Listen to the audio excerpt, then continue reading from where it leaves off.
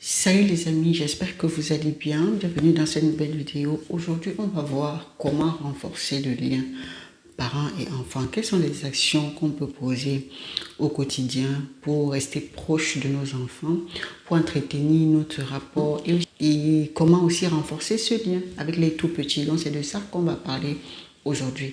Si tu passes par ici et tu me découvres, moi c'est Lauriane. Ici, on parle de développement personnel, on parle de parentalité. Donc, si l'une de ces thématiques t'intéresse, n'hésite pas à t'abonner et activer la cloche de notification pour ne pas manquer mes prochaines publications. Renforcer son lien, renforcer sa relation avec son enfant, c'est quelque chose qu'on devrait faire déjà dès le bas âge. Déjà dès la naissance de l'enfant, on devrait travailler et investir sur notre relation avec l'enfant. Mais malheureusement, beaucoup de parents délaissent un peu ce côté-là, se contentent, se limitent à pouvoir pour les choses basiques, fondamentales, disons pour le développement de l'enfant comme le vestimentaire, l'alimentation, disons les besoins primaires, l'alimentation, le nécessaire à l'école, tous ces besoins fondamentaux. Et ils oublient le côté émotionnel, cette connexion, cette présence, cette connexion psychologique ou bien émotionnelle avec l'enfant. Ils négligent aussi ça. Et vous savez, quand on regarde par exemple les féminicides, vous savez que beaucoup d'adolescents aujourd'hui commettent des féminicides et de plus en plus. Et dans plusieurs cas, ça vaut aussi pour les adultes, mais je parle des adolescents parce que bon, on parle des enfants ici.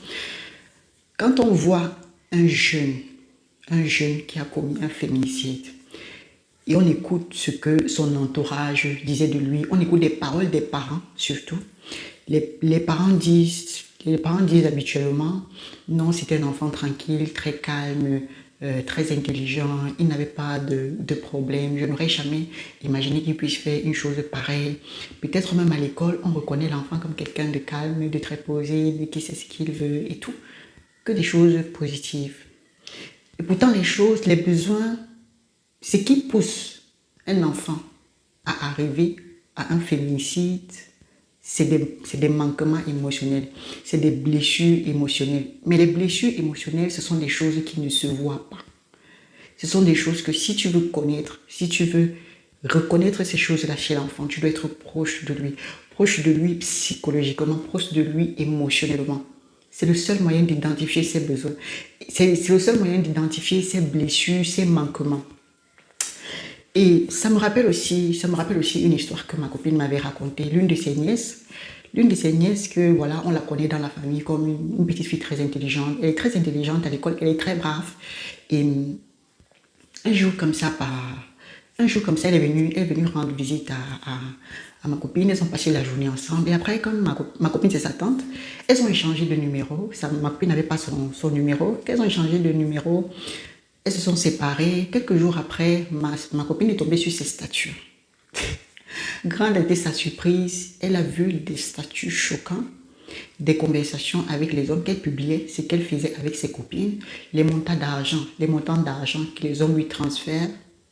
Et elle a compris que sa nièce a bloqué toute sa famille sur ses statuts. On parlait d'une fille qui n'a même pas 18 ans. Mais parce qu'elle est très intelligente, elle a même sauté les classes. Elle est aujourd'hui à l'université.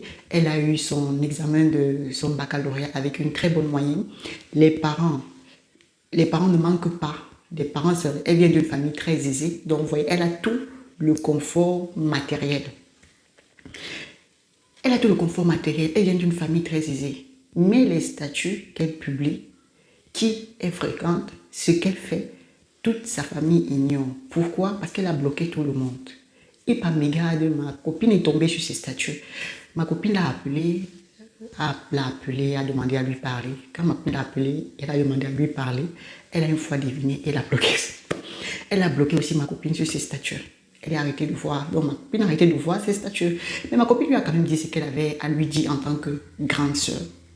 Donc pour vous faire comprendre un peu, quand on reste, on voit les enfants, voir quelqu'un bien portant physiquement, ça ne veut pas forcément dire que la personne va bien. Les enfants ont besoin de plus que des besoins fondamentaux. On ne doit pas se limiter à pouvoir, on ne doit pas négliger l'aspect, cette connexion avec l'enfant, cette connexion psychologique et émotionnelle avec les enfants. Parce que c'est une protection pour eux. C'est une protection. Plus on est proche de l'enfant, ça fait en sorte que l'enfant se sent peut-être à l'aise, peut se sentir à l'aise de venir nous confier certaines choses, s'il fait face à certaines difficultés, de venir nous parler même de ce qu'il fait, parce qu'il y a une certaine proximité entre lui et son parent. Et c'est une protection pour lui. C'est aussi une assurance pour le parent. Le parent est sûr de ce que l'enfant fait, de comment il avance, de comment il évolue, de comment il se développe. Même si l'enfant ne fait pas le premier pas vers le parent, le fait qu'ils aient naturellement un lien, ils aient naturellement une certaine connexion, qu'ils soient proches, non? Ça met l'enfant en confiance. Et ça fait que le parent peut approcher l'enfant, le questionner, non? Le questionner, essayer de savoir comment il va, comment il se porte, où est-ce qu'il en est dans son développement, le questionner sur ses valeurs, le questionner sur sa vision des choses, comprendre un peu, comment est-ce qu'il réfléchit pour être sûr que l'enfant est aligné avec les valeurs qu'on souhaiterait lui transmettre. Et ça passe par la connexion, ça passe par ces petites actions qu'on pose au quotidien pour rester proche de l'enfant. Si on ne pose pas ces actions, on va pouvoir, pour le minimum, ces enfants seront des inconnus à notre égard. Ils seront des inconnus parce qu'on ne sait pas intérieurement ce qu'ils vivent. Les souffrances ne se limitent pas, ce n'est pas seulement ce qu'on voit. Et beaucoup d'enfants le démontrent aujourd'hui dans leurs actes, les agressivités. Encore qu'ils ont ces téléphones, les téléphones qu'ils ont continuellement, qui aggravent les choses, ça ne facilite pas la tâche aux parents. C'est pourquoi c'est fondamental, c'est vraiment indispensable aujourd'hui d'être le plus proche possible de son enfant, proche émotionnellement. Quand je dis proche, c'est pas que, parce qu'il y a beaucoup de parents, non, je te donne tout, il te manque quoi, tu ne manques de rien, mais la connexion émotionnelle. Les blessures émotionnelles font beaucoup de dégâts. Qu'est-ce qu'on peut donc faire au quotidien pour renforcer ce lien avec l'enfant?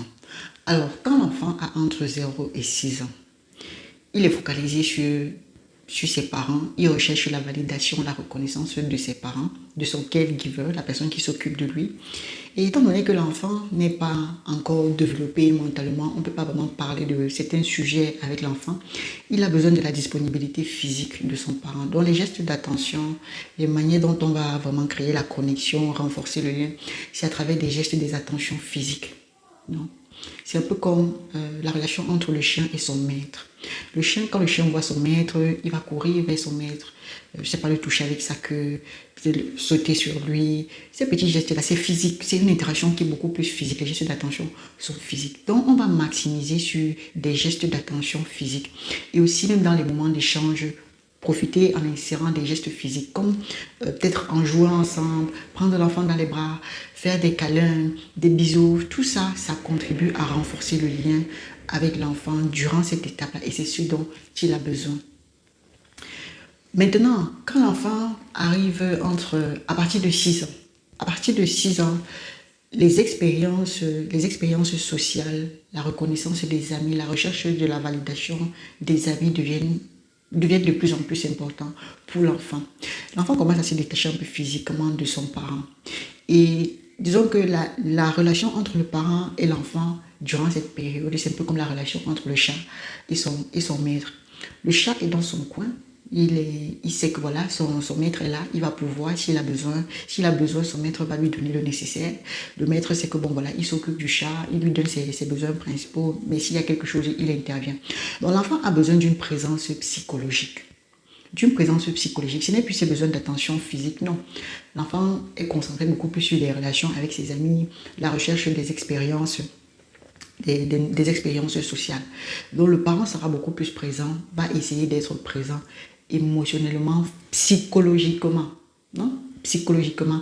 Et pour être présent psychologiquement, ça passe par des moments passés ensemble, des activités qu'on partage ensemble avec l'enfant qui nous permettent pendant lesquelles on prend le temps d'échanger avec l'enfant sur certains sujets, de le questionner, d'essayer de comprendre ce qu'il pense, non, de certaines choses, pour enquêter un peu sur ses valeurs, parce qu'à partir de cet âge-là, l'enfant commence à se créer aussi ses propres valeurs.